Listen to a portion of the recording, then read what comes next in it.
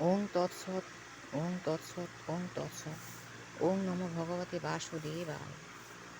আজ আমরা এই ভক্তিমূলক চ্যানেলে এমন একটি অমূল্য গ্রন্থের কথা জানব, যা হাজার হাজার বছর ধরে মানুষের জীবনকে পথ দেখিয়ে আসছে। সেই মহান গ্রন্থ হলো গীতা। গীতায় ভগবান শ্রীকৃষ্ণ মানুষের জীবনে গভীর সত্য খুব সহজভাবে বুঝিয়ে দিয়েছেন। এখানে বলা হয়েছে মানুষের জীবনে দুঃখ কষ্ট কেন আসে এবং তা কিভাবে দূর করা যায়। প্রিয় বন্ধুরা, আমাদের অনেক সময় মনে হয় আমি তো কারোর ক্ষতি করিনি, তবুও আমাদের জীবনে এত দুঃখ কেন? কেন মানুষের জীবনে এত কষ্ট আসে? কেন অনেক চেষ্টা করেও আমরা সুখ খুঁজে পাই না? এই প্রশ্ন বহু হাজার বছর আগে করেছিলেন মহাবীর যোদ্ধা অর্জুন, আর সেই প্রশ্নের উত্তর দিয়েছিলেন স্বয়ং শ্রীকৃষ্ণ পবিত্র গ্রন্থ ভগবদ গীতা থেকে।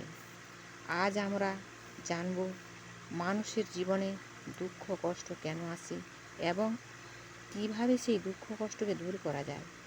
আজ আমরা এই কথাগুলো একটি গল্পের মতো করে জানব। অনেক বছর আগে কুরুক্ষেত্রের বিশাল যুদ্ধক্ষেত্রে দাঁড়িয়েছিলেন বীর যোদ্ধা অর্জুন।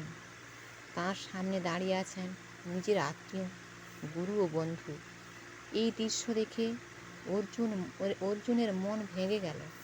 তিনি বললেন, হে কৃষ্ণ, আমি এই যুদ্ধ করতে পারবো না। এদের হত্যা করলে আমার জীবনে শুধু দুঃখ নয়, আরও পাপই আসবে। অর্জুনের এই দুঃখ দেখে তখন তার রথের সারথি শ্রীকৃষ্ণ তাকে জীবনের গভীর সত্য বোঝাতে শুরু করলেন। দুঃখ কেন আসে? কৃষ্ণের শিক্ষা। শ্রীকৃষ্ণ বললেন, হে অর্জুন, মানুষের জীবনে দুঃখ আসে প্রধানত তিনটি কারণে। প্রথম কারণ হলো অতিরিক্ত কামনা বা লোভ। মানুষের মনে যখন অসংখ্য ইচ্ছা জন্মায়, তখন সে ভাবে আমাকে ধনী হতে হবে, আমাকে সবার থেকে বড় হতে হবে, আমার সব কিছুই চাই। কিন্তু পৃথিবীতে সব ইচ্ছা পূরণ হয় না। যখন ইচ্ছা পূরণ হয় না, তখন মানুষ দুঃখ পায়। কৃষ্ণ বললেন, যে মানুষ নিজের ইচ্ছাকে নিয়ন্ত্রণ করতে পারে তার মন শান্ত থাকে। দ্বিতীয় কারণ হলো অতিরিক্ত আসক্তি। মানুষ পৃথিবীর জিনিসগুলোকে নিজের মনে করে। সে ভাবে এই ধন আমার, এই মানুষ আমার, এই সম্মান আমার। কিন্তু পৃথিবীর সব কিছুই একদিনেই পরিবর্তন হয়ে যায়। কিছু হারিয়ে গেলে মানুষ তখন কষ্ট পায়। তাই কৃষ্ণ বললেন, যা এসেছে একদিন তা চলে যাবে, এটা সত্য বলে মনে রাখো। তৃতীয় কারণ হলো অজ্ঞান বা সত্য না জানা। মানুষ যখন জীবনের আসল সত্য বুঝতে পারে না, তখন ছোট ছোট ঘটনাতেও কষ্ট পায়। কৃষ্ণ অর্জুনকে বললেন, আত্মা কখনো মরে না।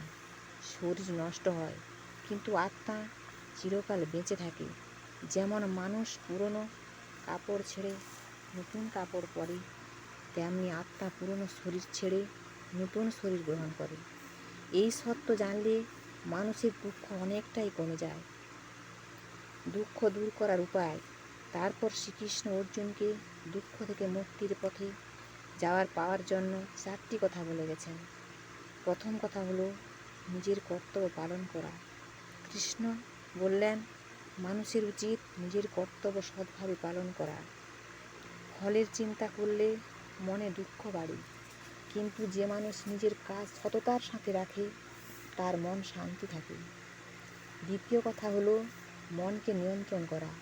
মানুষের সবচেয়ে বড় শত্রু হলো তার নিজের মন। রাগ, লোভ, হিংসা, এই তিনটি মানুষের জীবন নষ্ট করে দেয়। কৃষ্ণ বললেন, যে মানুষ ধৈর্য ধরে এবং নিজের মনকে জয় করতে পারে, সে পৃথিবীর সবচেয়ে বড় জ্ঞানী হতে পারে। 3 নম্বর কারণ হলো সুখ ও দুঃখকে সমানভাবে গ্রহণ করা। জীবনে সুখও আসবে, আবার দুঃখও আসবে। দিনের পর যেমন রাত আসে, রাতের পরে আবার সকালও আসে। তেমনি জীবনে দুঃখের পরে সুখ আসবেই। যে মানুষ দুটোকেই সমানভাবে গ্রহণ করতে পারে সে সত্যিকারই জ্ঞানী হয়।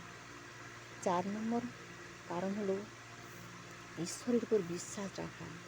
যে মানুষ সৎ পথে চলে এবং ভগবানের উপর বিশ্বাস রাখে, ঈশ্বর তাকে কখনো একা ছেড়ে দেন না। কঠিন সময় ভগবানের নাম স্মরণ করলে মন শান্তি থাকে। অর্জুনের পরিবর্তন। এই গভীর জ্ঞান শুনে অর্জুন ধীরে ধীরে নিজের ভুল নিজে বুঝতে পারলেন। তিনি বুঝতে পারলেন যে দুঃখ আসে বাইরের জিনিস থেকে নয়, মানুষের নিজের মন থেকেই জন্মায়। তারপর অর্জুন সাহস ফিরে পেলেন এবং নিজের কর্তব্য পালন করার জন্য যুদ্ধে এগিয়ে গেলেন। পবিত্র গ্রন্থ ভগবদ্গীতা আমাদের একটি মহান শিক্ষা দিয়ে গেছেন। যে মানুষ কামনা, রাগ ও লোভকে নিয়ন্ত্রণ করে, নিজের কর্তব্য পালন করে এবং ঈশ্বরের উপর বিশ্বাস রাখে, তার জীবনে সত্যিকারের শান্তি আসে। বন্ধুরা, জীবনে দুঃখ আসবেই, কিন্তু দুঃখকে ভয় পাওয়ার দরকার নেই, কারণ দুঃখই মানুষকে শক্তিশালী করে। এই শিক্ষা দিয়েছেন স্বয়ং শ্রীকৃষ্ণ। আজকের গল্প এই পর্যন্ত। ছন্দে বন্দে উচ্চারণে যদি কোনো ভুল হয়ে থাকে তাহলে আপনারা আমাকে ক্ষমা করে দেবেন। আর যদি এই গল্পটি আপনাদের ভালো লেগে থাকে তাহলে ভিডিওটি লাইক করুন, শেয়ার করুন এবং চ্যানেলটি সাবস্ক্রাইব করতে ভুলবেন না। ধন্যবাদ। জয় শ্রীকৃষ্ণ। রাধে রাধে।